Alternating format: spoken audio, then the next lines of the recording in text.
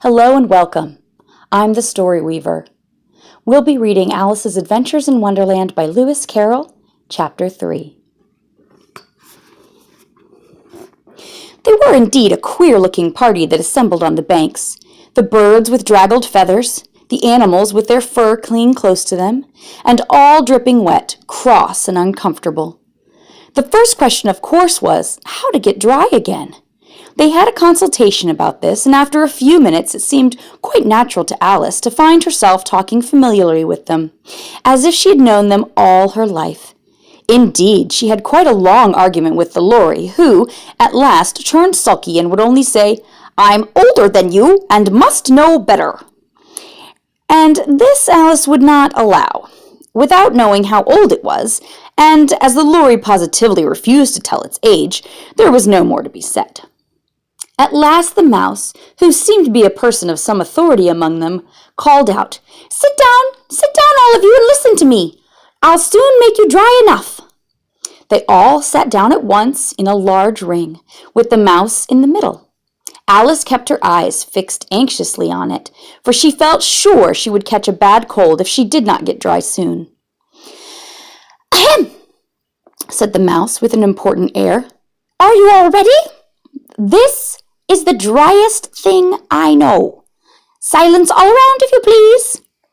William the Conqueror, whose cause was favored by the Pope, who was soon submitted to by the English, who wanted leaders, and had been of late much accustomed to usurpation and conquest.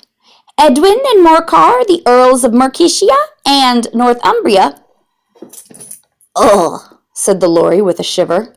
"I beg your pardon," said the mouse, frowning, but very politely. "Did you speak?" "Not I," said the Lory hastily.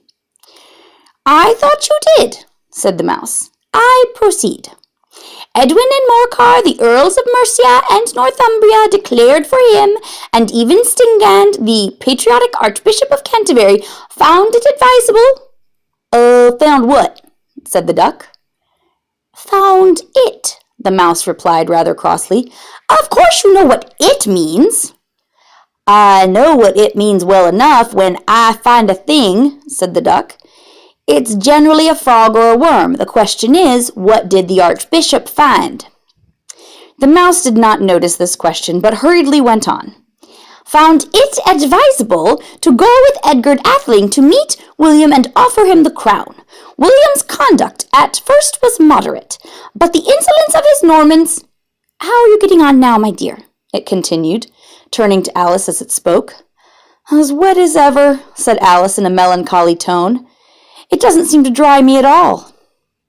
"In that case," said the dodo solemnly, rising to his feet, "I move the meeting adjourn for the immediate adoption of more energetic remedies."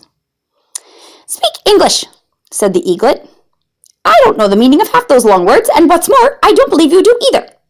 And the eaglet bent down its head to hide a smile. Some of the other birds tittered audibly. "What I was going to say," said the dodo in an offended tone, "was that the best thing to get us dry would be a caucus race." "What is a caucus race?" said Alice. Not that she much wanted to know, but the dodo had paused as if it thought that somebody ought to speak, and no one else seemed inclined to say anything. "Why," said the dodo, "it's the best way to explain it is to do it. And as you might like to try and do the thing yourself some winter day, I will tell you how the dodo managed it.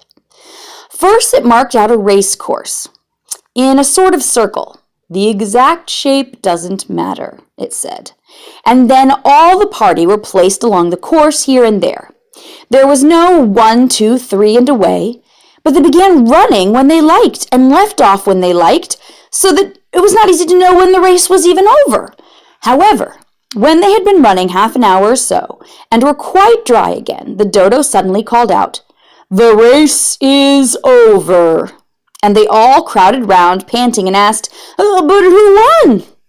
This question the dodo could not answer without a great deal of thought, and it stood for a long time with one finger pressed upon its forehead, the position in which you usually see Shakespeare in the pictures of him. While the rest waited in silence, at last the dodo said, "Everybody has one, and all must have prizes." "Oh, but who gives the prizes?" quite a chorus of voices asked. "Why, she does," said the dodo, pointing to Alice with one finger, and the whole party at once crowded round her, calling out in a confused way, "Prizes! Prizes!" Alice had no idea what to do, and in despair she put her hand in her pocket and pulled out a box of comfits. Luckily, the salt water had not got into it, and handed them round as prizes. There was exactly one apiece all round. "But she must have a prize herself, you know," said the mouse. "Of course," the dodo replied gravely. "What else have you got in your pocket?" it went on, turning to Alice. "Only a thimble," said Alice sadly. "Hand it over here," said the dodo. Then they all crowded round her once more, while the dodo solemnly presented the thimble, saying, "We beg your acceptance of this elegant thimble." And when it had finished the short speech, they all cheered. Alice thought the whole thing very absurd, but they all looked so grave that she dare not laugh. And as she could not think of anything to say, she simply bowed and took the thimble, looking as solemn as she could. The next thing was to eat the comfits. This caused some noise and confusion, as the large birds complained that they could not taste theirs, and the small ones choked and had to be patted on the back. However, it was over at last, and they sat down again in a ring and begged the mouse to tell them something more. "You promised to tell me your history, you know," said Alice, "and why it is you hate C and D," she added in a whisper, half afraid it would be offended again. "Mine is a long, sad tale," said the mouse, turning to Alice and sighing.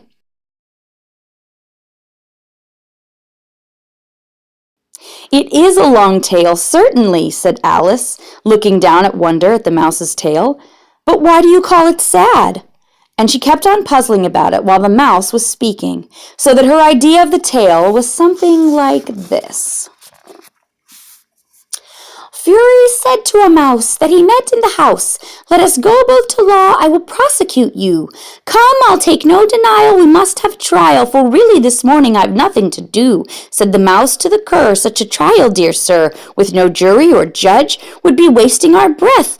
I'll be the judge, I'll be the jury,' said cunning old Fury. 'I'll try the whole cause and condemn you to death.'" "You are not attending," said the mouse to Alice severely. "What are you thinking of?" "I beg your pardon," said Alice very humbly. "You had got to the fifth bend, I think?" "I had not!" cried the mouse sharply and very angrily. Not?" said Alice, ready to make herself useful and looking anxiously about her. "Oh, do let me help undo it."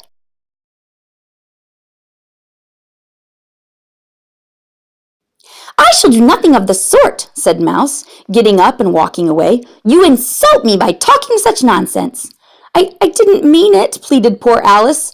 "But you're so easily offended, you know." The mouse only growled in reply. "Please come back and finish your story," Alice called after it. The others all joined in the chorus. "Yes, please do." But the mouse only shook its head impatiently and walked a little quicker. "What a pity it wouldn't stay," said the lorry, as it was quite out of sight.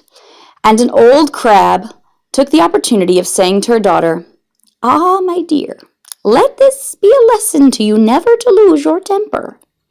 "Hold your tongue, Ma," said the crab a little snappishly.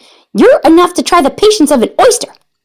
"I wish I had our Dinah here, I know I do," said Alice aloud, addressing nobody in particular. "She'd soon fetch it back." "And who is Dinah, if I might venture to ask the question?" said the lorry. Alice replied eagerly, for she was always ready to talk about her pet. "Dinah's our cat, and she's such a capital one for catching mice you can't think. And oh, I wish you could see her after the birds. Why, she'll eat a little bird as soon as look at it." This speech caused a remarkable sensation among the party. Some of the birds hurried off at once. One old magpie began wrapping itself up very carefully, remarking, "I must get home. The night air doesn't suit my throat." And a canary called out in a trembling voice to its children, "Come away, my dears. It's high time you were all in bed." On various pretexts, they all moved off, and Alice was soon left alone. "I wish I hadn't mentioned Dinah," she said to herself in a melancholy tone. "Nobody seems to like her down here, and I'm sure she's the best cat in the world. Oh, my dear Dinah, I wonder if I will ever see you any more." And here poor Alice began to cry again, for she felt very lonely and low-spirited. In a little while, however, she again heard a little pattering of footsteps in the distance, and she looked up eagerly, half hoping that the mouse had changed his mind and was coming back to finish his story. I'm the StoryWeaver, and this has been Chapter 3 of Alice's Adventures in Wonderland by Lewis Carroll.